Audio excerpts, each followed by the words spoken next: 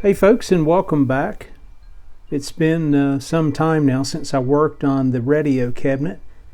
I did, however, make some reproduction knobs. You can see I took a couple different knobs and built one, kind of building that up.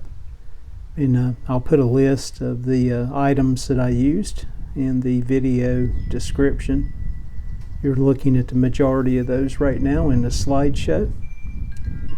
And I think they turned out really well.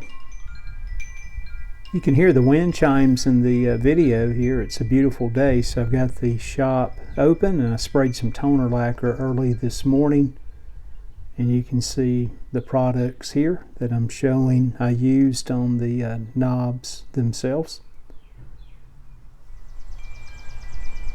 I'll look at the knobs here after spraying that final coat of clear lacquer. I think they'll serve me well, and again they're fairly close to what I saw some pictures of the original knobs as far as size and design.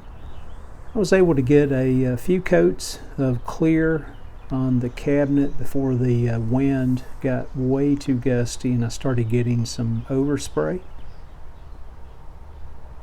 I've still got probably 3 or 4 more applications to put on, and then of course we'll let the cabinet set up for a number of days.